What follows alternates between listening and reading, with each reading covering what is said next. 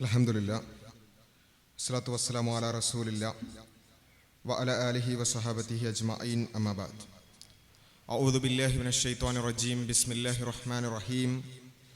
വമാ കാന ലിമുഅ്മിനിൻ വലാ മുഅ്മിനത്തിൻ ഇദാ ഖളല്ലാഹു വറസൂലുഹു അംറൻ അൻ യകൂന ലഹുമുൽ ഖൈറതു മിൻ അംരിഹിം വമൻ യഅസില്ലാഹ വറസൂലഹു ഫഖദ് ളല്ല ളലാലൻ മുബീന.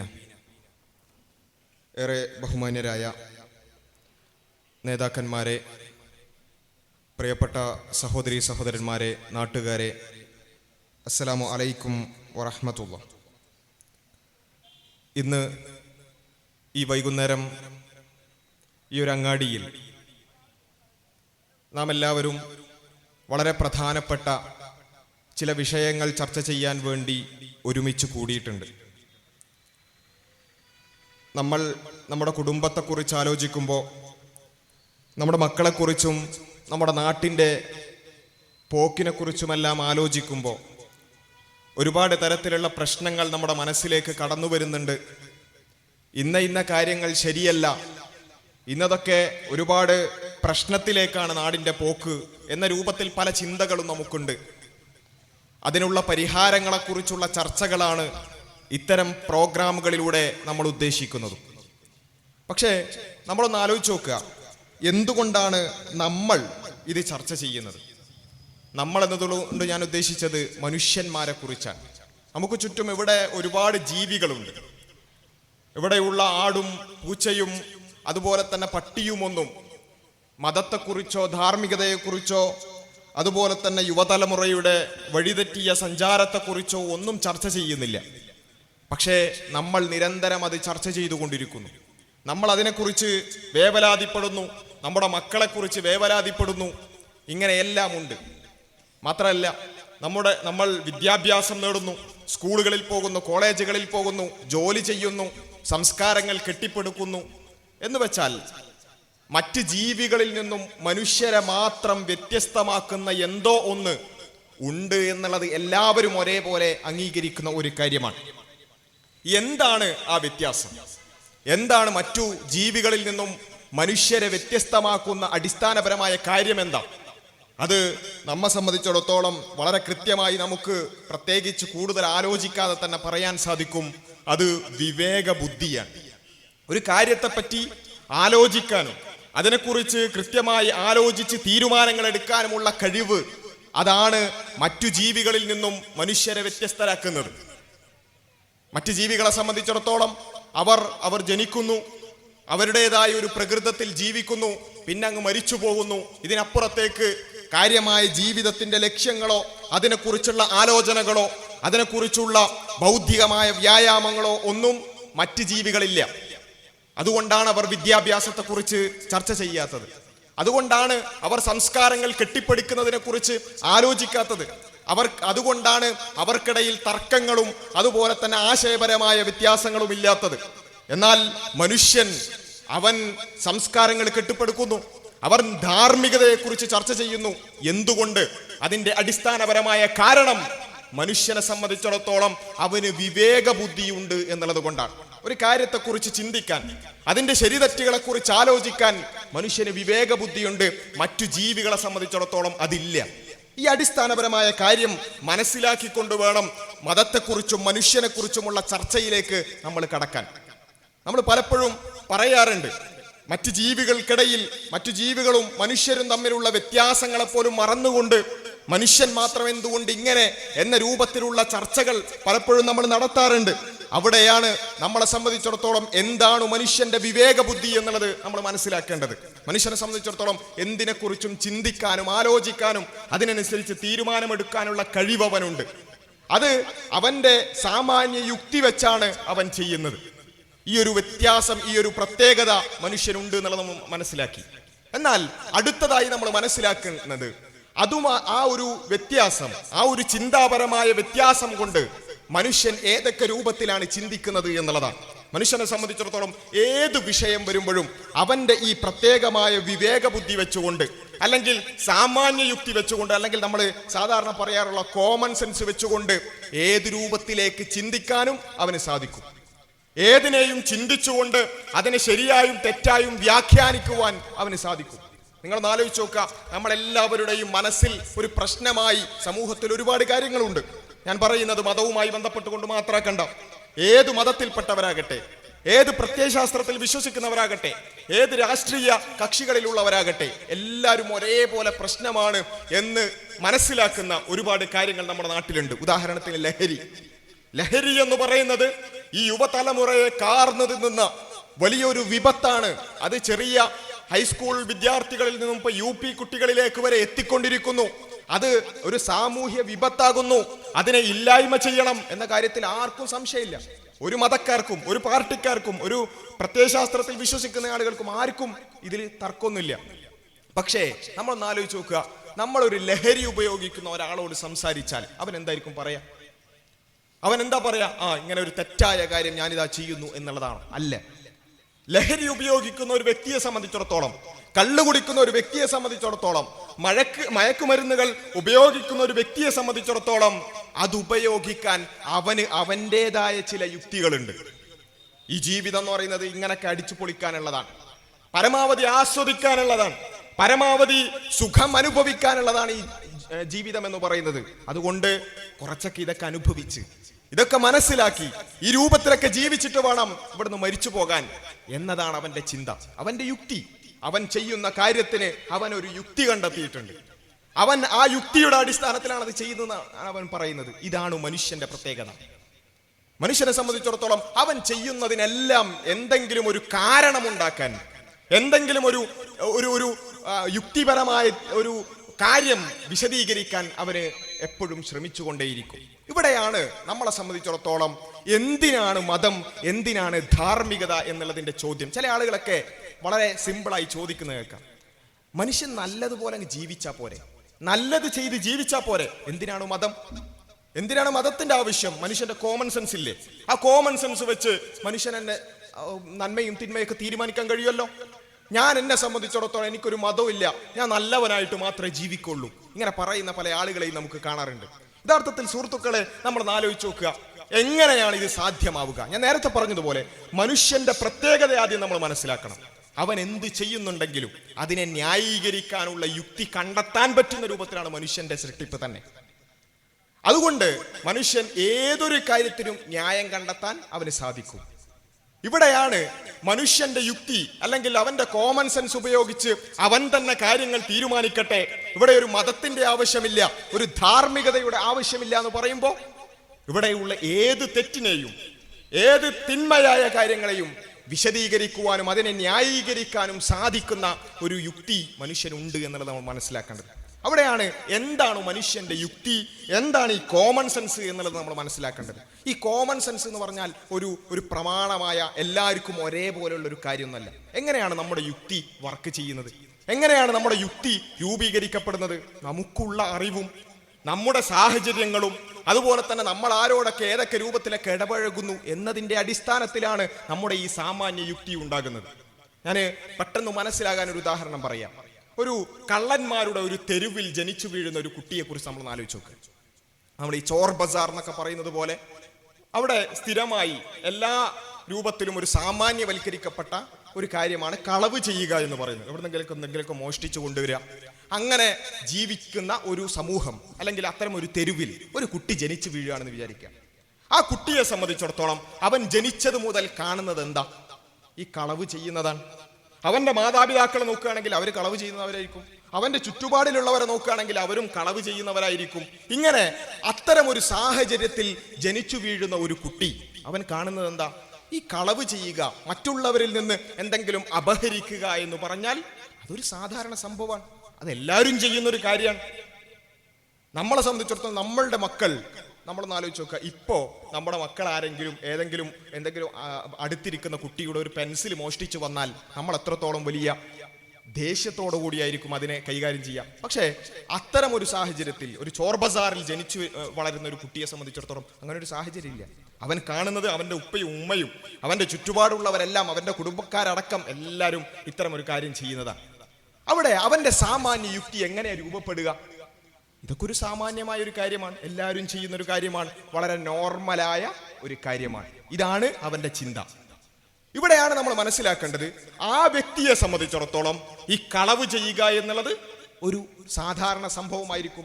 അവന്റെ യുക്തിയിൽ കളവ് ചെയ്യുക എന്ന് പറഞ്ഞാൽ ഇത്ര വലിയൊരു പ്രശ്നമൊന്നുമല്ല, അതൊക്കെ എല്ലാവരും ചെയ്യുന്ന ഒരു കാര്യമാണ്. അത് ഇത്ര വലിയ പ്രശ്നവൽക്കരിക്കേണ്ട ഒരു കാര്യമില്ല. നമ്മൾ ആലോചിച്ച് നോക്കാം, നമ്മൾ നേരത്തെ പറഞ്ഞൊരു കാര്യം, മനുഷ്യന്റെ സാമാന്യ യുക്തി വെച്ചിട്ട് അവൻ എന്നെ നന്മയും തിന്മയൊക്കെ വേർതിരിച്ചാൽ പോരെ എന്നത് ഇവിടേക്കൊന്ന് അപ്ലൈ ചെയ്ത് നോക്കുക.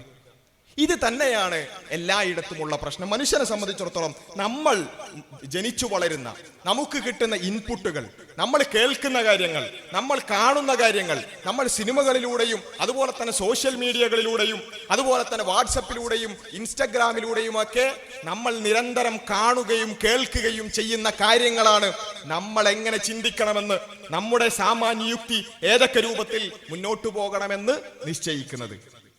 അത് ഒരിക്കലും ഒരു പ്രമാണമായി, ഒരു അടിസ്ഥാനമായി നമുക്ക് വെക്കാൻ സാധ്യമല്ല. അവിടെയാണ് നാം അടിസ്ഥാനപരമായി മതത്തിന്റെ പ്രസക്തി മനസ്സിലാക്കുന്നത്.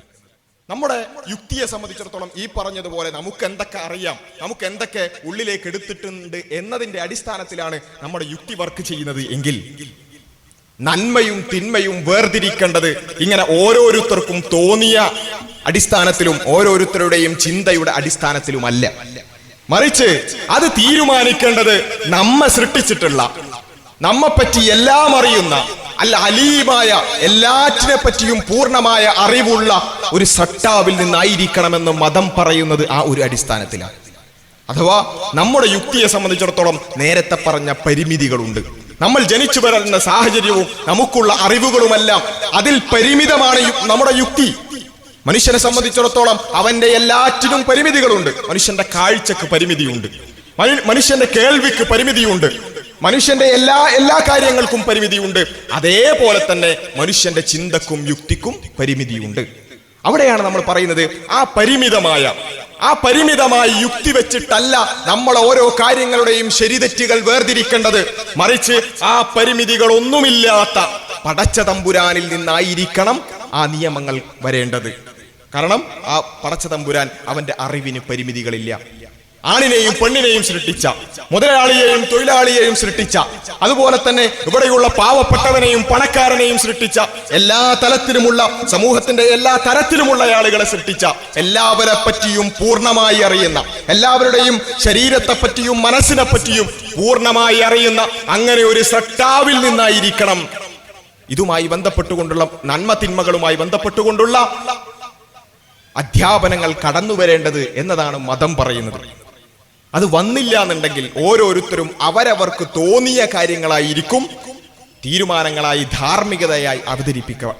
ഇതാണ് യഥാർത്ഥത്തിൽ നമ്മുടെ സമൂഹത്തിൽ ഇന്ന് കാണുന്ന എല്ലാ പ്രശ്നങ്ങളുടെയും അടിസ്ഥാനം. ഇന്ന് കാണുന്ന എല്ലാ പ്രശ്നങ്ങളുടെയും അടിസ്ഥാനം ഈ ഒരു കാര്യമാണ്. മനുഷ്യൻ അവന്റെ ഇച്ഛകൾക്കനുസരിച്ച്, അവന്റെ തോന്നലുകൾക്കനുസരിച്ച് ചില കാര്യങ്ങൾ ശരിയാക്കി, ചില കാര്യങ്ങൾ അത് തെറ്റാക്കി, അവന്റേതായ ചിന്തയുടെ പരിമിതിയിൽ നിന്നുകൊണ്ട് അത്തരം ഒരു കാര്യം ചെയ്തു എന്നുള്ളതാണ്. അവിടെയാണ് മനുഷ്യന്റെ ചിന്തയുടെ ഈ പരിമിതി നാം മനസ്സിലാക്കേണ്ടത്. നമ്മുടെ നാട്ടിൽ ഒരുപാട് തരത്തിലുള്ള പ്രശ്നങ്ങളുണ്ട്, ഒരുപാട് മേഖലയിൽ പ്രശ്നങ്ങളുണ്ട്. ആ പ്രശ്നത്തിന് മനുഷ്യൻ പരിഹാരം കണ്ടെത്താൻ ശ്രമിച്ചപ്പോൾ എന്താ സംഭവിച്ചത്? നമ്മുടെ ലോകത്തിന്റെ ചരിത്രം പരിശോധിച്ചാൽ നമുക്ക് വളരെ കൃത്യമായിട്ട് അത് മനസ്സിലാകും. ഉദാഹരണത്തിന് നമ്മുടെ നാട്ടിലുള്ള ഒരു വലിയ രൂപത്തിൽ ചൂഷണം നടക്കുന്ന ഒരു മേഖലയാണ് തൊഴിലാളി വർഗവുമായി ബന്ധപ്പെട്ടുകൊണ്ടുള്ള പ്രശ്നം. തൊഴിലാളികൾ ചൂഷണം ചെയ്യപ്പെടുന്നു, തൊഴിലാളികൾക്ക് അവരുടെ അവകാശങ്ങൾ നിഷേധിക്കപ്പെടുന്നു. ഇതൊരു വലിയൊരു വിഷയമാണ്, ആർക്കും സംശയമില്ലാത്ത രൂപത്തിലുള്ള ഒരു കാര്യമാണ്. ഇങ്ങനെ ഒരു വിഷയം വന്നപ്പോ നമ്മുടെ മനുഷ്യ ചരിത്രത്തിലേക്ക് പരിശോധിച്ച് നോക്കിയാൽ നമുക്ക് കാണാൻ സാധിക്കും, ഈ വിഷയത്തിന് മനുഷ്യൻ ചിന്തിച്ച് പരിഹാരം ഉണ്ടാക്കാൻ ശ്രമിച്ചിട്ടുണ്ട്. എന്താണ് അതിന്റെ പേര്? അതിന്റെ പേര് കമ്മ്യൂണിസം എന്നാണ്. കമ്മ്യൂണിസം എന്ന് പറഞ്ഞാൽ എന്താ? കമ്മ്യൂണിസം എന്ന് പറഞ്ഞാൽ തൊഴിലാളികളുടെ പ്രശ്നം പരിഹരിക്കാൻ മാർക്സും എംഗൽസും അവിടെ ജീവിച്ചിരിക്കുമ്പോൾ അവരിങ്ങനെ കാണുകയാണ്, അവരുടെ തൊട്ടു മുന്നിൽ അവരുടെ സമൂഹത്തിൽ തൊഴിലാളികൾ വലിയ രൂപത്തിൽ പ്രയാസം അനുഭവിക്കുന്നു, അവർ വലിയ രൂപത്തിൽ ചൂഷണം ചെയ്യപ്പെടുന്നു, മുതലാളികൾ തൊഴിലാളികളെ അടിച്ചമർത്തുന്നു, അവരുടെ എല്ലാ അവകാശങ്ങളെയും നിഷേധിക്കുന്നു. ഇതിങ്ങനെ കണ്ടുകൊണ്ടാണ് മാർക്സിനും എംഗൽസിനും അതുപോലെ തന്നെ മാർക്സിസ്റ്റ് തത്വചിന്തകർക്കുമെല്ലാം വലിയ രൂപത്തിലുള്ള പ്രയാസം ഉണ്ടാകുന്നു. ഇത് ഇങ്ങനെ അനുവദിച്ചാൽ പറ്റൂലല്ലോ, ഇത് പാടില്ലല്ലോ. അങ്ങനെ ആ തൊഴിലാളികളുടെ പ്രശ്നത്തിന് പരിഹാരമുണ്ടാക്കാൻ അവർ ചിന്തിച്ചു. അവർ ചിന്തിച്ചു, അവർ വലിയ രൂപത്തിൽ ആലോചിച്ച് അവരൊരു തത്വശാസ്ത്രം ഉണ്ടാക്കി. അതിന്റെ പേരാണ് മാർക്സിസം, അതുപോലെ തന്നെ കമ്മ്യൂണിസം എന്ന് പറയുന്നത്. എന്നിട്ട് അവരെന്ത് ചെയ്തു? വളരെ വലിയ രൂപത്തിൽ ബുദ്ധിജീവികളാണവർ, വലിയ ചിന്തകരാണവർ. അവർ ചിന്തിച്ചുണ്ടാക്കിയ ഒരു സിദ്ധാന്തമാണ് കമ്മ്യൂണിസം. അതിലെന്താ പറയുന്നത്? ഇവിടെ മുതലാളി വർഗം, തൊഴിലാളി വർഗം എന്ന് പറയുന്ന രണ്ട് വിഭാഗങ്ങളുണ്ട്. മുതലാളി വർഗം ചരിത്രപരമായി തന്നെ തൊഴിലാളി വർഗത്തെ അടിച്ചമർത്തുകയാണ്. അതുകൊണ്ട് തന്നെ തൊഴിലാളികളുടെ ഈ പ്രശ്നം പരിഹരിക്കണമെങ്കിൽ അതിന്റെ ഏക പരിഹാരം എന്ന് പറയുന്നത് ഇവിടെ ഒരു വർഗ സംഘടനമുണ്ട്. ആ സംഘടനത്തിൽ മുതലാളി വർഗത്തെ അതിജയിച്ചുകൊണ്ട് ഒരു തൊഴിലാളി വർഗ സമഗ്രാധിപത്യം വരിക മാത്രമാകുന്നു. വളരെ നല്ല വലിയ ബുദ്ധിജീവികളായ ആളുകൾ ചിന്തിച്ചുണ്ടാക്കിയ ഒരു ആശയമാണ്. അവര് ആ ആശയം ചിന്തിച്ചുണ്ടാക്കുന്നത് എന്തെങ്കിലും പ്രശ്നം ഉണ്ടാക്കണമെന്ന് ആലോചിച്ചുകൊണ്ടല്ല, എന്തെങ്കിലും ഇവിടെ ഏതെങ്കിലും രൂപത്തിൽ ഈ സമൂഹത്തെ തകർക്കണമെന്ന് ആലോചിച്ചുകൊണ്ടല്ല, മറിച്ച് തൊഴിലാളി വർഗം അനുഭവിക്കുന്ന പ്രശ്നത്തിന് പരിഹാരം വേണം എന്ന വളരെ ആത്മാർത്ഥമായ ചിന്തയിൽ നിന്നാണ് കമ്മ്യൂണിസം ഉണ്ടാകുന്നത്.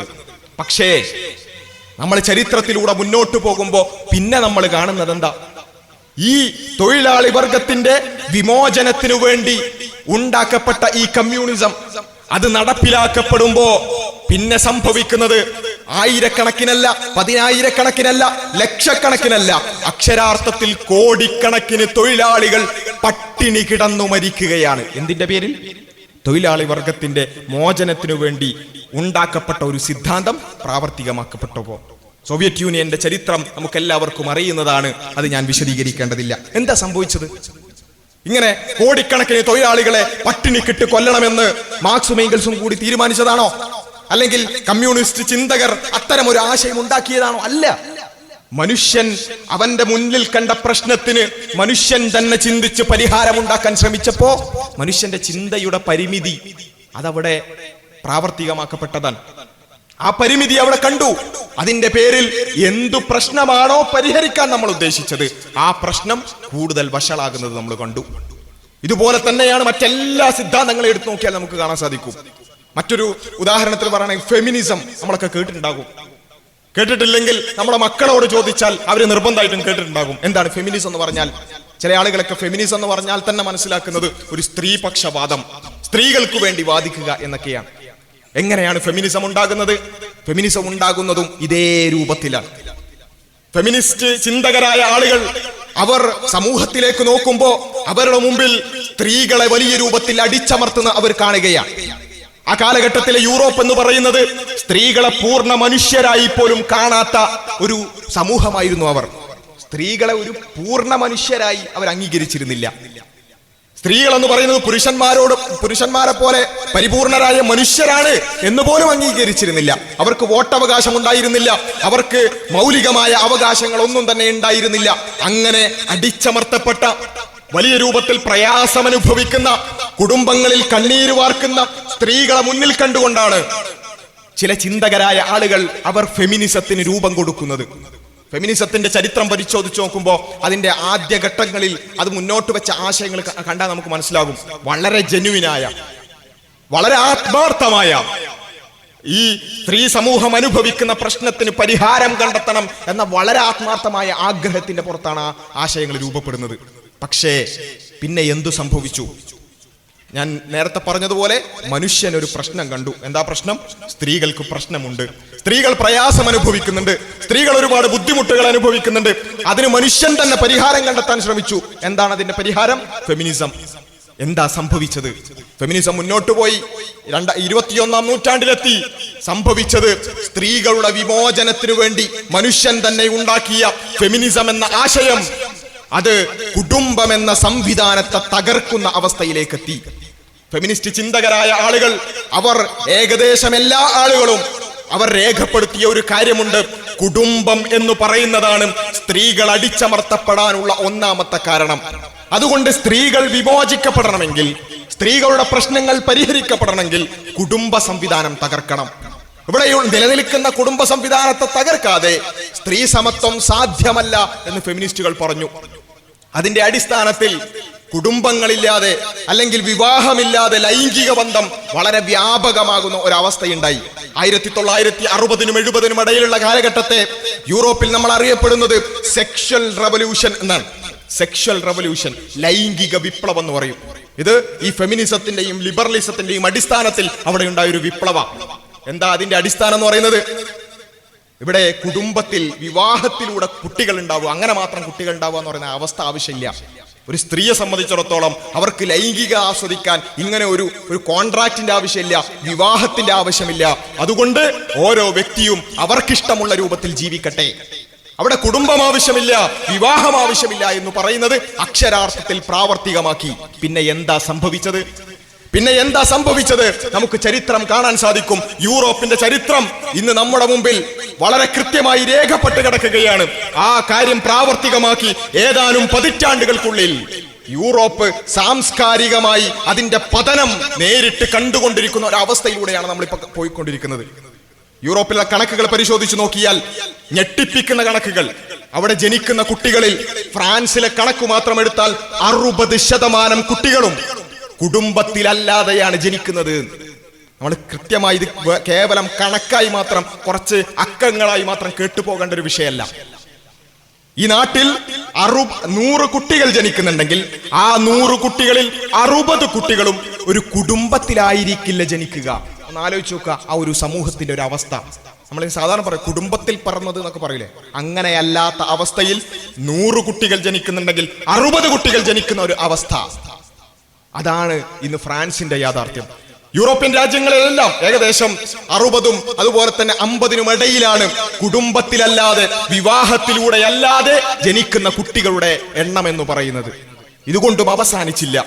ഇങ്ങനെ കുട്ടികൾ ഈ കുടുംബത്തിലല്ലാതെ ജനിക്കുന്നത് കൊണ്ട് മാത്രം അവസാനിക്കുന്ന ഒരു വിഷയമല്ല.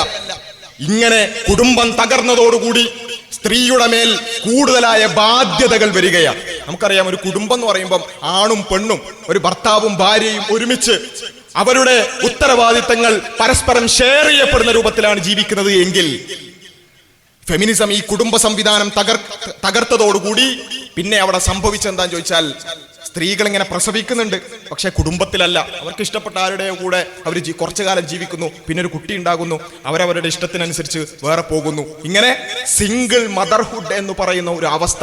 അതായത് ഒരു ഉമ്മ ഉണ്ടാകും, അല്ലെങ്കിൽ അമ്മ ഉണ്ടാവും, ഒരു കുട്ടി ഉണ്ടാവും, അല്ലെങ്കിൽ 1-2 കുട്ടികൾ ഉണ്ടാവും, ഒരു ഭർത്താവ് ഉണ്ടാവില്ല. ഇങ്ങനത്തെ ഒരു അവസ്ഥ വളരെ വ്യാപകമാകുന്ന ഒരു അവസ്ഥ. യൂറോപ്പിന്റെ ചരിത്രം നമുക്ക് ഗ്രാഫിലൂടെ പരിശോധിച്ചാൽ കൃത്യമായിട്ട് കാണാൻ സാധിക്കും. 2 പാരന്റ്സ് ഉള്ള അഥവാ അച്ഛനും അമ്മയുമുള്ള കുട്ടികളുടെ എണ്ണം കുറഞ്ഞു വന്നുകൊണ്ടിരിക്കുകയാണ് യൂറോപ്പിൽ. ഇതുകൊണ്ട് എന്താ സംഭവിക്കുക? നമ്മൾ വിചാരിക്കും അതിനിപ്പോ എന്താ കുഴപ്പം? അവിടെ സ്ത്രീകളുടെ മേൽ അമിതമായി ബാധ്യതകൾ വരികയാണ്. ആ കുട്ടികളെ നോക്കേണ്ടുന്നതിന്റെ പരിപൂർണമായ ഉത്തരവാദിത്വം സ്ത്രീയിൽ മാത്രം വരികയാണ്.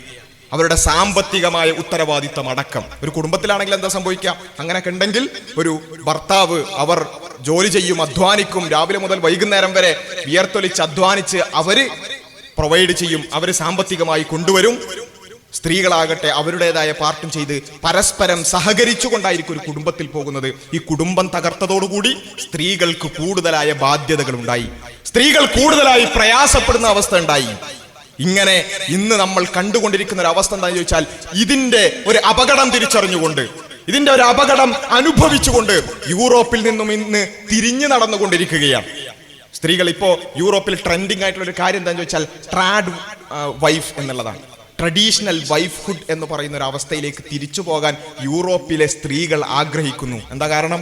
ഇങ്ങനെ ഇവർ ഈ പറയുന്ന ഫെമിനിസവും ലിബറലിസവും അനുസരിച്ച് ജീവിച്ചാൽ കുട്ടികളെ നോക്കേണ്ടതും ജോലി ചെയ്യേണ്ടതും അധ്വാനിക്കേണ്ടതുമായ എല്ലാ ഉത്തരവാദിത്വവും സ്ത്രീ മാത്രം ചെയ്യാം. സ്ത്രീകൾക്ക് കൂടുതലായ ഉത്തരവാദിത്വം കൊണ്ട് അവർ പ്രയാസപ്പെടുക എന്നൊരു അവസ്ഥയാണുള്ളത്.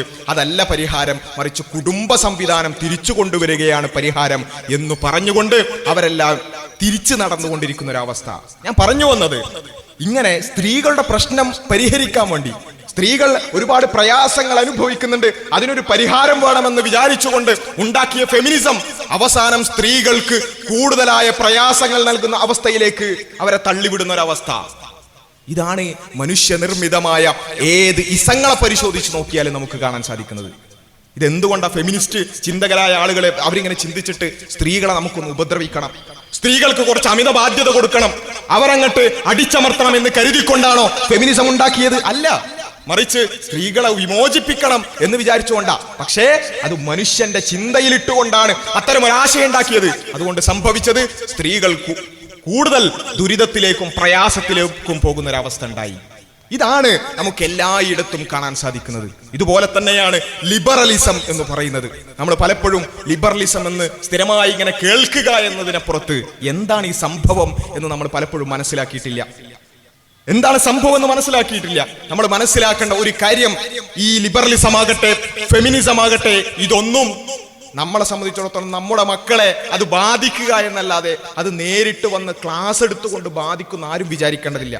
ഞാനിങ്ങനെ ഈ കാര്യം ഫെമിനിസത്തെക്കുറിച്ച് ലിബറലിസത്തെക്കുറിച്ചൊക്കെ ഇങ്ങനെ സംസാരിക്കുമ്പോൾ ഇതൊക്കെ വേറെ എവിടെയോ യൂറോപ്പിലും അമേരിക്കയിലുമൊക്കെ നടക്കുന്ന നമ്മളുമായി ഒരു ബന്ധവുമില്ലാത്തൊരു കാര്യമാണെന്ന് ചിന്തിക്കേണ്ടതില്ല. ഞാൻ കുറച്ച് ഉദാഹരണങ്ങൾ പറയാം, കുറച്ച് ഡയലോഗുകൾ പറയാം. ഇതൊക്കെ ഓരോരുത്തരുടെ ഇഷ്ടമല്ലേ? ഞാൻ ഈ പറയുന്ന ഡയലോഗ് നിങ്ങൾ കേട്ടിട്ടുണ്ടോ? നിങ്ങളോട് നിങ്ങളുടെ മക്കൾ പറഞ്ഞിട്ടുണ്ടോ? നിങ്ങൾ എവിടെയെങ്കിലൊക്കെ കേട്ടിട്ടുണ്ടോ എന്നുള്ളത് ആലോചിച്ചാൽ മതി. അതൊക്കെ ഓരോരുത്തരുടെ ഇഷ്ടമല്ലേ? ഓരോരുത്തർക്കും ഇഷ്ടമുള്ളതുപോലെ അവർ ജീവിച്ചോട്ടെ. മറ്റുള്ളവരുടെ കാര്യത്തിൽ നമ്മൾ ഇടപെടേണ്ടതില്ലല്ലോ. മറ്റുള്ളവർക്ക് ഉപദ്രവമില്ലാത്ത കാര്യങ്ങൾ അത് നമ്മൾ തിന്മയാണെന്ന് പറയേണ്ടതില്ലല്ലോ. ഈ പറയുന്ന ഡയലോഗുകൾ അത് നമ്മൾ കേട്ടിട്ടുണ്ടോ? നമ്മുടെ മക്കളുടെ വായിൽ നിന്ന് കേട്ടിട്ടുണ്ടോ? നമ്മൾ ആലോചിച്ച് നോക്കുക. ഇതാണ് യഥാർത്ഥത്തിൽ ലിബറലിസം എന്ന് പറഞ്ഞാൽ. ഞാൻ പറയുന്നത് ലിബറലിസം എന്ന് പറയുന്നത് പ്രത്യേകിച്ചും പുതിയ തലമുറയെ അങ്ങേയറ്റം ഗ്രസിച്ചിരിക്കുന്ന ഒരു ആശയാണ്. പക്ഷേ അതൊരിക്കലും ഒരു ക്ലാസ് എടുത്തുകൊണ്ടായിരിക്കില്ല വരുന്നത്. കുറച്ചുകൂടി സിമ്പിളായിട്ട് മനസ്സിലാക്കുകയാണെങ്കിൽ നമുക്ക് എല്ലാവർക്കും പരിചയമുള്ളൊരു ഒരു പദമാണ് നിരീശ്വരവാദം എന്നുള്ളത്. നിരീശ്വരവാദം എന്താ? നമുക്ക് എല്ലാവർക്കും അറിയാം. ദൈവമില്ല, മതമൊന്നും വേണ്ട എന്ന് പറയുന്ന ആശയത്തിനാണ് നിരീശ്വരവാദം എന്ന് പറയാം. ആ നിരീശ്വരവാദം നമുക്ക് നമ്മുടെ ഈ ഇവിടെ പ്രായമുള്ള ആളുകൾക്കറിയാം. 1980-നും 90-നൊക്കെ ഇടയിലുള്ള ആ ഒരു കാലഘട്ടത്തിലൊക്കെ കേരളത്തിൽ വലിയ ബുദ്ധിജീവികളായി കടന്നു വന്ന ഒരുപാട് നിരീശ്വരവാദി ചിന്തകരൊക്കെ ഉണ്ടായിരുന്നു. അവരൊക്കെ എന്താ ചെയ്തത്? അവർ ഇതുപോലെയുള്ള പൊതുപരിപാടികൾ വെക്കും, സെമിനാറുകൾ വെക്കും, ലേഖനങ്ങൾ എഴുതും. എന്നിട്ട് പറയും മതമൊന്നും വേണ്ട, ഈ മതത്തിലൊന്നും വലിയ കാര്യമില്ല, ദൈവം എന്ന് പറയുന്ന ഒരു കെട്ടുകഥ മാത്രമാണ്, മനുഷ്യരെ നിങ്ങൾ അതിലൊന്നും വിശ്വസിക്കണ്ട എന്നവർ നേരിട്ട് പ്രസംഗിക്കും, എഴുതും, സംവാദങ്ങൾ നടത്തും. സ്വാഭാവികമായും നമ്മളെ സംബന്ധിച്ചിടത്തോളം നമുക്കതിന് മറുപടിയുണ്ട്. ദൈവമില്ലെങ്കിൽ ഇതൊക്കെ ആര് സൃഷ്ടിച്ചു? ഈ കാണുന്ന പ്രപഞ്ചം, അത്രയും സങ്കീർണമായി ഈ പ്രപഞ്ചം പിന്നിലൊരു ശക്തിയില്ലാതെ, പിന്നിലൊരു ബുദ്ധി പ്രവർത്തിക്കാതെ എങ്ങനെയുണ്ടായി എന്നൊക്കെ ഒരുപാട് ചോദ്യങ്ങളൊക്കെ നമുക്കുണ്ട്, അല്ലെ? നിരീശ്വരവാദത്തെ അങ്ങനെ നമുക്ക് നേരിട്ട് ആശയപരമായി എതിർക്കാൻ സാധിക്കും. പക്ഷേ നമ്മൾ മനസ്സിലാക്കേണ്ടത് ഇതേ കാര്യം നേരിട്ടല്ലാതെ വരുന്നതിനെയാണ് നമ്മൾ ലിബറലിസം എന്ന് പേരിടുന്നത്. അതായത് ഇതേ കാര്യം തന്നെ, മതം വേണ്ട, ദൈവം വേണ്ട, പറഞ്ഞു വന്നത് മതം വേണ്ട, ദൈവം വേണ്ട എന്ന് നമ്മോട് നേരിട്ട് വന്ന് പറഞ്ഞവരായിരുന്നു നിരീശ്വരവാദികൾ. എങ്കിൽ അതേ ആശയം നമ്മോട് നേരിട്ടല്ലാതെ നമ്മുടെ മനസ്സിലേക്ക് കുത്തിവെക്കുന്നതിനെയാണ് ലിബറലിസം എന്ന് പറയുന്നത്. ഒരിക്കലും നമുക്ക് നേരത്തെ പറഞ്ഞ നിരീശ്വരവാദികളുടെ ക്ലാസ് പോലെ ഒരു ലിബറലിസം പഠിപ്പിക്കുന്ന ക്ലാസ് കാണാൻ ഭയങ്കര ബുദ്ധിമുട്ടാണ്. അവർ നേരിട്ട് വന്നിട്ട് ഇതാകുന്നു ലിബറലിസം, നിങ്ങളെല്ലാവരും ലിബറലുകളാകണം എന്ന് പറയില്ല. മറിച്ച് അവരെങ്ങനെയാണ് പ്രത്യേകിച്ചും പുതിയ തലമുറയിലേക്ക് അവരുടെ ആശയങ്ങൾ കുത്തിവെക്കുന്നത് ഇത് നമ്മൾ കൃത്യമായിട്ട് മനസ്സിലാക്കണം.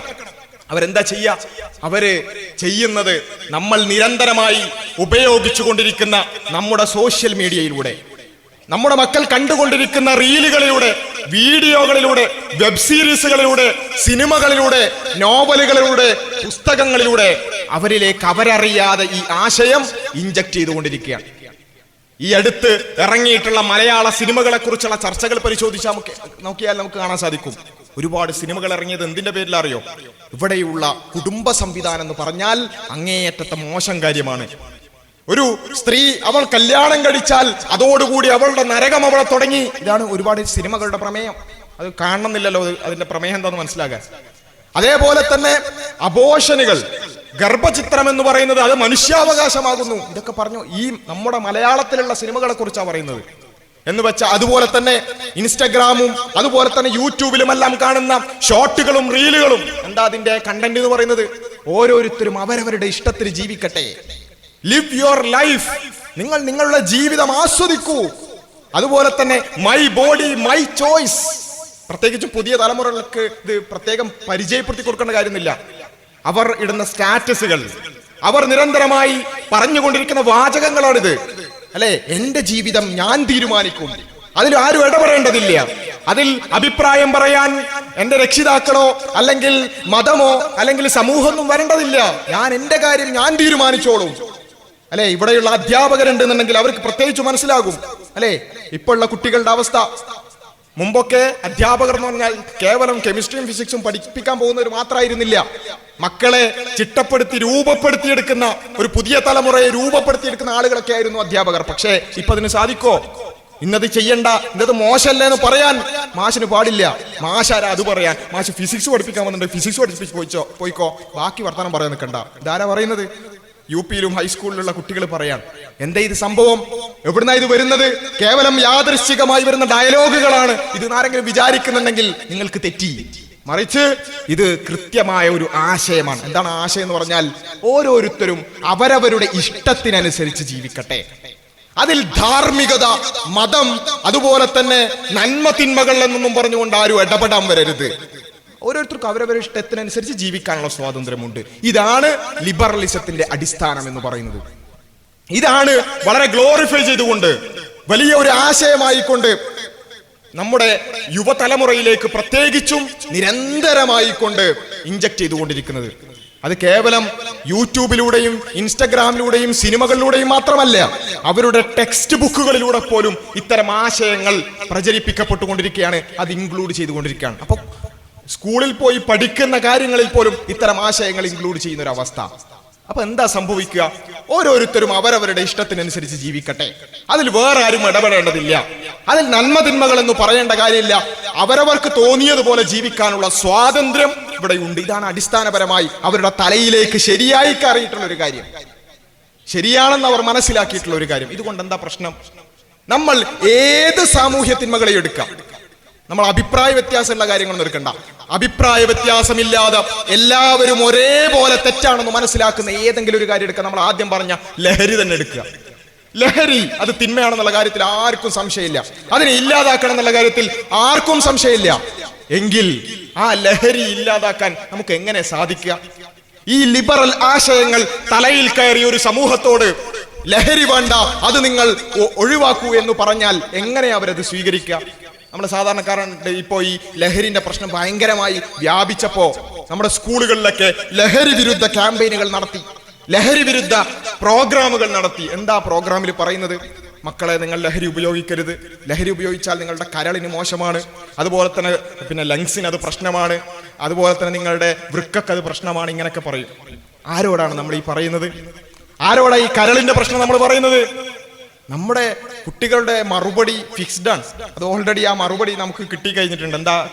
കരള് പോണ്ടേ പോട്ടെ, വൃക്ക പോണ്ടേ പോട്ടെ, നമുക്കൊരു ജീവിതമുള്ളൂ, ആകെ കുറച്ചു കാലം നമ്മളിവിടെ ജീവിക്കുള്ളൂ. ആ ജീവിതം പരമാവധി ആസ്വദിക്കാനുള്ളതാണ്, പരമാവധി എൻജോയ് ചെയ്യാനുള്ളതാണ്, പരമാവധി എല്ലാ ടേസ്റ്റും അറിയാനുള്ളതാണ്, എക്സ്പ്ലോർ ചെയ്യാനുള്ളതാണ്. അതുകൊണ്ട് ഇവിടെയുള്ള ലഹരിയും മയക്കുമരുന്നും അതിൻ്റെതായ ടേസ്റ്റും അതൊക്കെ നമുക്ക് എന്ത് ചെയ്യണം? എക്സ്പ്ലോർ ചെയ്യണം, ആസ്വദിച്ച് ജീവിക്കണം. ആസ്വദിച്ച് ജീവിച്ചിട്ട് കുറച്ചു കാലം കഴിഞ്ഞ് മരിച്ചു പോകുന്നുണ്ടെങ്കിൽ മരിച്ചു പോയിക്കോട്ടെ, എന്തായാലും എല്ലാവരും മരിക്കുമല്ലോ. എന്നാൽ ഞാൻ എൻ്റെ ഇഷ്ടത്തിനനുസരിച്ച് ജീവിച്ച് മരിക്കട്ടെ, അതല്ലേ നല്ലത്, അതല്ലേ നല്ലത്. ഇതാണ് നമ്മുടെ മക്കളുടെ മറുപടി. അവിടെ കരളിന്റെയും വൃക്കയുടെയും കഥ പറഞ്ഞത് കൊണ്ട് വല്ല കാര്യമുണ്ടോ? ഒരു കാര്യമില്ല. അവിടെയാണ് നമ്മൾ വേരിലായിരിക്കണം ചികിത്സിക്കേണ്ടത്. കേവലം ചില്ലകളിൽ ചികിത്സിച്ചതുകൊണ്ട് കാര്യമില്ല, വേരിലാണ് രോഗമിരിക്കുന്നത്, അതിനെ നമ്മൾ ചികിത്സിക്കണം. എന്താണ് ആ വേര്? അത് ഈ ലിബറൽ ആശയങ്ങളാണ്. ഓരോരുത്തരും അവരവരുടെ ഇഷ്ടത്തിന് ജീവിക്കട്ടെ, അവരവരുടെ തോന്നിയതുപോലെ ജീവിക്കട്ടെ, അതിൽ മറ്റാരും ഇടപെടേണ്ടതില്ല എന്ന ആശയം. ഇതാണ് നിരന്തരമായി നമ്മുടെ മക്കൾ കേട്ടുകൊണ്ടിരിക്കുന്നത്. അതാണ് ശരിയായ ആശയമായി അവരുടെ തലയിലേക്ക് കയറിയിരിക്കുന്നത്. അത് നമ്മളിങ്ങനെ നോക്കുമ്പോൾ അവരെ തട്ടിട്ടുണ്ട്, അവര് 5 നേരം നിസ്കരിക്കുന്നുണ്ട്, നോമ്പ് നോക്കുന്നുണ്ട്, എല്ലാം ഉണ്ട്. പക്ഷേ അവരുടെ മനസ്സിൽ കയറിയിരിക്കുന്ന ആശയം എന്താണ്? ഈ ലിബറലിസാണ്. ആ ലിബറൽ ആശയവുമായി അവർ മുന്നോട്ട് പോകുമ്പോൾ ആദ്യം ഇങ്ങനെയുള്ള കുറച്ച് കാര്യങ്ങളാ പറയാ. അത് ചെയ്യാൻ പാടില്ല എന്ന് പറയാൻ ഉപ്പാരാ, ഉമ്മാരാ, പിന്നെ അധ്യാപകരാരാ, പിന്നെ ഓരോരോ കാര്യങ്ങളും ഇങ്ങനെ പതിയെ അവരുടെ ന്യായങ്ങളിലേക്ക് കടന്നു വരും. പിന്നെ കുറച്ച് കഴിഞ്ഞാൽ ചോദിക്കും, ഈ മതത്തിൽ തട്ടണം എന്ന് പറയാൻ എന്താ അവകാശം? അതൊക്കെ ഓരോരുത്തരുടെ ഇഷ്ടല്ലേ, തട്ട ഇടുന്നതും ഇടാത്തതൊക്കെ ഓരോരുത്തരുടെ ഇഷ്ടല്ലേ? അങ്ങനെ അതും പോയി. ഇങ്ങനെ ഓരോരോ കാര്യങ്ങളായി കൊഴിഞ്ഞു പോയി അവസാനം ദീനില്ലാത്ത, മതമില്ലാത്ത ഒരു അവസ്ഥ അതാണ് ഇവിടെ സാധ്യമാക്കിക്കൊണ്ടിരിക്കുന്നത്. ഇത് ഞാൻ പറയുന്നത് വീണ്ടും ആവർത്തിക്കുകയാണ്. വേറെ എവിടെയോ ഉള്ള യൂറോപ്പിൽ അങ്ങകലെ നമ്മളുമായി ഒരു ബന്ധവുമില്ലാത്ത ഏതെങ്കിലും കാര്യങ്ങളെ കുറിച്ചല്ല ഞാൻ സംസാരിക്കുന്നത്. നമ്മുടെ വീടകങ്ങളിലുള്ള ഒരു യാഥാർത്ഥ്യത്തെ പറ്റിയാണ്. നമ്മുടെ വീടകങ്ങളിലേക്ക് എത്തിപ്പെട്ട ഒരു യാഥാർത്ഥ്യത്തെ പറ്റിയാണ്. അതുകൊണ്ടാണ് അവിടെയാണ് എന്താണ് മനുഷ്യനെന്നും മനുഷ്യന് ധാർമ്മികതയുടെ ആവശ്യമെന്തെന്നും അവിടെ മതത്തിന്റെ പ്രസക്തി എന്ത് എന്നുള്ളതും വളരെ കൃത്യമായി കൊണ്ട് ബോധമുള്ള ഒരു തലമുറയെ രൂപപ്പെടുത്തേണ്ടതിന്റെ അനിവാര്യത അവിടെയാണ്. ഞാൻ അവസാനിപ്പിക്കുകയാണ്. നമുക്ക് മനസ്സിലായ ഞാൻ കൺക്ലൂഡ് ചെയ്യുമ്പോൾ പറയാൻ ആഗ്രഹിക്കുന്ന ഒരു കാര്യം, മനുഷ്യന്റെ യുക്തി അവൻ ചിന്തിച്ചുണ്ടാക്കിയ ഇസങ്ങളാണ് ഈ ലിബറലിസം ആണെങ്കിലും ഫെമിനിസം ആണെങ്കിലും കമ്മ്യൂണിസം ആണെങ്കിലും ഒക്കെ. അതിന്റെയൊക്കെ പരാജയത്തിലൂടെ നമുക്ക് ബോധ്യപ്പെട്ട കാര്യം എന്താണെന്ന് ചോദിച്ചാൽ, മനുഷ്യൻ അവന്റെ യുക്തി വെച്ച് എന്തെങ്കിലും ഒരു കാര്യം പരിഹരിക്കാൻ ശ്രമിക്കുമ്പോൾ അത് പരിഹാരങ്ങളിലേക്കല്ല എത്തുക, കൂടുതൽ പ്രശ്നങ്ങളിലേക്കാണ് എത്തുക. നമ്മൾ പറഞ്ഞു കമ്മ്യൂണിസം തൊഴിലാളികളുടെ പ്രശ്നം പരിഹരിക്കാൻ വന്നു, തൊഴിലാളികളെ കോടിക്കണക്കിന് ആളുകളെ കുന്നുകൂട്ടി കൊല്ലുന്ന അവസ്ഥയിലേക്ക് അതെത്തി. സ്ത്രീകളുടെ പ്രശ്നം പരിഹരിക്കാൻ ഫെമിനിസവുമായി വന്നു, സ്ത്രീകളെ കൂടുതൽ അപകടകരമായ അവസ്ഥയിലേക്ക് അതെത്തിച്ചു. മനുഷ്യന് അവകാശങ്ങൾ നിഷേധിക്കപ്പെടുന്നു എന്നതിന്റെ പേരിലാണ് ലിബറലിസം കടന്നു വരുന്നത്, സമൂഹത്തെ തന്നെ തകർക്കുന്ന അവസ്ഥയിലേക്ക് അതെത്തി. ഇതുകൊണ്ടൊക്കെ നമുക്ക് ബോധ്യപ്പെടുന്നത് മനുഷ്യൻ അവന്റെ പരിമിതമായ യുക്തി വെച്ച് പരിമിതമായ ബുദ്ധി വെച്ചുകൊണ്ട് ആലോചിച്ച് പരിഹാരങ്ങൾ ഉണ്ടാക്കാൻ ശ്രമിച്ചാൽ അത് പരിഹാരമല്ലയാവുക, മറിച്ച് അത് കൂടുതൽ പ്രശ്നത്തിലേക്കാണ് എത്തുക. അവിടെയാണ് നമ്മെ സംബന്ധിച്ചിടത്തോളം ഈ പരിമിതികളൊന്നുമില്ലാത്ത പടച്ചതമ്പുരാനിൽ നിന്നുള്ള വചനങ്ങളായിരിക്കണം നമ്മെ സംബന്ധിച്ചിടത്തോളം നമ്മുടെ അടിസ്ഥാനം എന്ന് പറയുന്നത്. ഏതൊരു വിഷയത്തിലും സ്ത്രീകളെയും തൊഴിലാളികളെയും അതുപോലെ തന്നെ നമ്മുടെ സമൂഹത്തിലുള്ള അധസ്ഥിതരായ ആളുകളെയും അതുപോലെ തന്നെ പാവപ്പെട്ടവരുടെയും പണക്കാരുടെയും എല്ലാവരുടെയും പ്രശ്നം പൂർണ്ണമായി അറിയുന്ന റബ്ബ് സുബ്ഹാനഹു വ തആല അവനൊരു കാര്യം പറഞ്ഞിട്ടുണ്ടെങ്കിൽ അവിടെ നിൽക്കാൻ, അത് പൂർണ്ണമായ ബോധ്യത്തോടുകൂടി സ്വീകരിക്കാൻ നമുക്ക് സാധിക്കേണ്ടതുണ്ട്. ഇത് പറയുമ്പോൾ ചില ആളുകളെങ്കിലും അവരുടെ മനസ്സിലേക്ക് കടന്നു വരുന്ന ഒരു കാര്യം എന്താണെന്ന് ചോദിച്ചാൽ, അപ്പോ മനുഷ്യന് യുക്തി പിന്നെ എന്തിനു തന്നതാ അല്ലേ? മതമനുസരിച്ച് ജീവിക്കണം, മതത്തിന്റെ കൽപ്പനകൾ സ്വീകരിക്കണം എന്ന് പറയുമ്പോ ഈ യുക്തിയുടെ പരിമിതി പറയുമ്പോ അപ്പൊ യുക്തി ഉപയോഗിക്കണ്ടെന്നാണോ പറയുന്നത്? അല്ല, യുക്തി ഉപയോഗിക്കണം. ഉപയോഗിക്കാൻ തന്നെയാണ് അല്ലാഹു സുബ്ഹാനഹു വ തആല നമ്മളെ യുക്തിയുള്ളവരാക്കി പടച്ചിട്ടുള്ളത്. പക്ഷേ എങ്ങനെയാണ് മനുഷ്യന്റെ യുക്തി ഉപയോഗിക്കേണ്ടത് എന്നതടക്കം മനുഷ്യനെ സൃഷ്ടിച്ച സട്ടാവ് വളരെ കൃത്യമായി കൊണ്ട് പഠിപ്പിച്ചു തന്നിട്ടുണ്ട്. ഇന്ന ഫീ ഖൽഖിസ് സമാവാതി വൽ അർദ് വഖ്തിലാഫിൽ ലൈലി വൻ നഹാർ ലആയാതിൻ ലിഉലിൽ അൽബാബ്. ഖുർആൻ പറയുകയാണ്, തീർച്ചയായും ആകാശങ്ങളുടെയും ഭൂമിയുടെയും സൃഷ്ടിപ്പിലും രാപ്പകലുകൾ മാറി വരുന്നതിലും സൽബുദ്ധിയുള്ളവർക്ക് ദൃഷ്ടാന്തമുണ്ട്. അഥവാ ആകാശത്തെ പറ്റി നമ്മൾ ചിന്തിക്കണം, ഭൂമിയെ പറ്റി നമ്മൾ ചിന്തിക്കണം, രാപ്പകലുകൾ മാറി വരുന്നതിനെ കുറിച്ച് ചിന്തിക്കണം. ഖുർആനിൽ കാണാൻ സാധിക്കും അല്ലെ, നിങ്ങൾ ഒട്ടകത്തിലേക്ക് നോക്കുന്നില്ലേ, ഭൂമിയിലേക്ക് നോക്കുന്നില്ലേ, പർവ്വതങ്ങളിലേക്ക് നോക്കുന്നില്ലേ, ആകാശത്തേക്ക് നോക്കുന്നില്ലേ, നിങ്ങൾ നിങ്ങളിലേക്ക് തന്നെ നോക്കുന്നില്ലേ? ഇങ്ങനെ നിരന്തരമായി ഈ പ്രപഞ്ചത്തിനുള്ളിലുള്ളതിനെ കുറിച്ചെല്ലാം നിരന്തരമായി പഠിക്കുവാനും ഗവേഷണം ചെയ്യുവാനും ആവശ്യപ്പെടുന്ന ഒരു ഗ്രന്ഥമാണ് ഖുർആൻ. ബുദ്ധി ഉപയോഗിക്കണം, യുക്തി ഉപയോഗിക്കണം എന്ന് പഠിപ്പിക്കുന്നതാണ് ഖുർആൻ. തൊട്ടടുത്ത ആയത്തിൽ നമുക്ക് കാണാൻ സാധിക്കും, അല്ലദീന യദ്കുറൂന അല്ലാഹ ഖിയാമൻ വഖുഊദൻ വഅലാ ജുനൂബിഹിം വയതഫക്കറൂന ഫീ ഖൽഖിസ് സമാവാതി വൽ അർദ്. നിന്നുകൊണ്ടും ഇരുന്നുകൊണ്ടും കിടന്നുകൊണ്ടും എല്ലാം അല്ലാഹുവിനെ പറ്റി ആലോചിക്കുന്നവർ. വയതഫക്കറൂന ഫീ ഖൽഖിസ് സമാവാതി വൽ അർദ്, ആകാശ ഭൂമികളുടെ സൃഷ്ടിപ്പിനെ പറ്റി നിരന്തരമായി ആലോചിച്ചു കൊണ്ടിരിക്കുന്ന ആളുകൾ, അങ്ങനെ പ്രപഞ്ചത്തെക്കുറിച്ച് പഠിക്കുന്ന ആളുകൾ, നിരന്തരമായി ആലോചിച്ചു കൊണ്ടിരിക്കുന്ന ആളുകൾ, അവരെ സംബന്ധിച്ചിടത്തോളം അവരെത്തിപ്പെടുന്ന ഒരു കൺക്ലൂഷൻ ഉണ്ട്, അവരെത്തിപ്പെടുന്ന ഒരു യാഥാർത്ഥ്യമുണ്ട്. എന്താണ് ആ യാഥാർത്ഥ്യം എന്ന് പറയുന്നത്? തൊട്ടടുത്ത വാചകത്തിൽ തന്നെ നമുക്ക് കാണാൻ സാധിക്കും, റബ്ബനാ മാ ഖലഖത ഹാദാ ബാത്തിലാ. ആകാശത്തെ പറ്റി ചിന്തിച്ചാൽ, ഭൂമിയെ പറ്റി ചിന്തിച്ചാൽ, മനുഷ്യന്റെ സൃഷ്ടിപ്പിനെ പറ്റി ചിന്തിച്ചാൽ, ഒട്ടകത്തെ പറ്റി ചിന്തിച്ചാൽ, നമുക്ക് ചുറ്റിലുമുള്ള ഈ പ്രപഞ്ചത്തെ കുറിച്ച് ചിന്തിച്ചാൽ നമ്മൾ അവസാനം എത്തിപ്പെടുന്നത് എന്തിലേക്കാണ്? റബ്ബനാ മാ ഖലഖത ഹാദാ ബാത്തിലാ. റബ്ബേ, നീ ഇതൊന്നും വെറുതെ സൃഷ്ടിച്ചതല്ല. അഥവാ ഈ സൃഷ്ടി പഠനത്തിലൂടെ സട്ടാവിലേക്കാണ് ബുദ്ധിയുള്ളവർ യുക്തിയുള്ളവർ എത്തിപ്പെടുക. അങ്ങനെ എത്തിപ്പെട്ടാൽ, അതായത് നമ്മൾ ഈ പ്രപഞ്ചത്തെക്കുറിച്ച് പഠിച്ച് അതിന്റെ പിന്നിലുള്ള സട്ടാവിനെ ബോധ്യപ്പെട്ട് കഴിഞ്ഞാൽ പിന്നെ എന്താ? പിന്നെ അടുത്തുള്ള ഓപ്ഷൻ എന്താ? അങ്ങനെ ഒരു സട്ടാവുണ്ട്, അള്ളാഹു നമ്മളെ എല്ലാവരെയും സൃഷ്ടിച്ചിട്ടുണ്ട് എങ്കിൽ ആ സട്ടാവിനനുസരിച്ച് ജീവിക്കുക, അവന് നമ്മുടെ ജീവിതം സമർപ്പിക്കുക എന്നതാണ് യുക്തി അല്ലെ? നമ്മൾ മുസ്ലിം എന്ന് പറഞ്ഞാൽ എന്താ? മുസ്ലിം എന്ന് പറഞ്ഞാൽ ഏതെങ്കിലും ഗോത്രത്തിന്റെ പേരല്ല, ഏതെങ്കിലും വർഗത്തിന്റെ പേരല്ല. മുസ്ലിം എന്ന് പറഞ്ഞാൽ അതിന്റെ അർത്ഥം സമർപ്പിച്ചവൻ എന്നാണ്, കീഴൊതുങ്ങിയവൻ എന്നാണ്. എന്തിന് സമർപ്പിച്ചവൻ? ആർക്ക് കീഴൊതുങ്ങിയവൻ? റബ്ബ് സുബ്ഹാനഹു വ തആലക്ക് കീഴൊതുങ്ങിയവൻ. അഥവാ ഈ ആകാശത്തെ പറ്റി ചിന്തിച്ചു, ഭൂമിയെ പറ്റി ചിന്തിച്ചു, നിരന്തരമായി യുക്തി ഉപയോഗിച്ച് ആലോചിച്ച് ഈ പ്രപഞ്ചത്തെക്കുറിച്ചെല്ലാം പഠിച്ചു മനസ്സിലാക്കി ഗവേഷണം ചെയ്ത് അവൻ എത്തിപ്പെട്ട യാഥാർത്ഥ്യം എന്താ? ഒരു പടച്ചോനുണ്ട്. ആ പടച്ചവനാണ് നമ്മളെ സൃഷ്ടിച്ചത്. അവൻ എല്ലാം അറിയുന്നവനാണ്, എല്ലാം കഴിയുന്നവനാണ്. എങ്കിൽ ആ പടച്ച തമ്പുരാന് കീഴൊതുങ്ങി ജീവിക്കലാണ് യുക്തി. ആ പടച്ച തമ്പുരാൻ പറഞ്ഞത് അനുസരിക്കലാണ് യുക്തി. അങ്ങനെ കീഴൊതുങ്ങിയവന് പറയുന്ന പേരാണ് മുസ്ലിം. അങ്ങനെ ജീവിതം അള്ളാഹുവിന് സമർപ്പിച്ചവന് പറയുന്ന പേരാണ് മുസ്ലിം എന്നുള്ളത്. അതുകൊണ്ട് നാം മനസ്സിലാക്കേണ്ടത് യുക്തി ഉപയോഗിക്കണം, ബുദ്ധി ഉപയോഗിക്കണം. അതൊക്കെ ഉപയോഗിക്കാൻ തന്നെ പടച്ചോൻ തന്നിട്ടുള്ളത്. എന്തിലുപയോഗിക്കണം? നമുക്ക് ചുറ്റിലുമുള്ള പ്രപഞ്ചത്തെ പഠിക്കാൻ. ഇവിടെയുള്ള സയൻസ് നമ്മൾ പറയുന്ന ഈ നാച്ചുറൽ സയൻസ് അല്ലെ, നമ്മുടെ ചുറ്റിലുമുള്ള പ്രപഞ്ചത്തെക്കുറിച്ച് നിരന്തരമായി നമ്മൾ ആലോചിക്കണം. ആലോചിക്കുമ്പോൾ നമുക്ക് മനസ്സിലാവുക എന്താ? ഇതൊന്നും വെറുതെ ഉണ്ടാവൂല അല്ലെ. നമ്മൾ കോശത്തെക്കുറിച്ച് പഠിക്കുമ്പോൾ നമുക്ക് മനസ്സിലാവാൻ വളരെ നമുക്ക് കാണാൻ പോലും സാധിക്കാത്ത ഒരു കോശം, അത് എത്രമേൽ വളരെ കൃത്യമായ ആസൂത്രിതമായി കൊണ്ടാണ് അത് സൃഷ്ടിക്കപ്പെട്ടിട്ടുള്ളത്. നമ്മൾ കോശത്തെ കുറിച്ച് പഠിക്കുമ്പോൾ നമുക്ക് മനസ്സിലാവും. ഒരു ആറ്റത്തെ കുറിച്ച് പഠിക്കുമ്പോൾ, നമ്മുടെ ആകാശത്തെ പറ്റി പഠിക്കുമ്പോൾ, ഗാലക്സികളെ കുറിച്ച് പഠിക്കുമ്പോൾ ഇതൊന്നും വെറുതെ ഉണ്ടാവില്ല എന്നുള്ള ഒരു ബോധ്യം നമുക്ക് വരും. ഇതൊക്കെ ഒരു സൃഷ്ടാവ് സൃഷ്ടിച്ചതാണ് എന്ന ബോധ്യം നമ്മളിലേക്ക് എത്തും. അങ്ങനെ ബോധ്യപ്പെട്ടാൽ മുസ്ലിം ആവുക, സമർപ്പിക്കുക എന്നതാണ് യുക്തി. പിന്നെ മുസ്ലിം ആയതിനു ശേഷം പിന്നെയും ഖുർആനിൽ പിന്നെയും ചിന്തിക്കുക അല്ലെ, ഹദീസിലും പിന്നെയും നമ്മുടെ ബുദ്ധി അപ്ലൈ ചെയ്യുക. അതല്ല, നമ്മൾ എങ്ങനെ മുസ്ലിം ആയത്? നമ്മുടെ ചിന്തക്ക് പരിമിതിയുണ്ട്. ആ പരിമിതികളില്ലാത്ത അറിവിന് പരിമിതിയില്ലാത്ത പടച്ച തമ്പുരാനിലേക്ക് നമ്മൾ എത്തി, അവന് നമ്മൾ സമർപ്പിച്ചു. പിന്നെ അള്ളാഹുവിന്റെ വചനങ്ങളിലേക്ക് പിന്നെയും നമ്മുടെ പരിമിതമായ യുക്തി ഉപയോഗിക്കുക എന്ന് പറഞ്ഞാൽ അതിന്റെ അർത്ഥം എന്താ?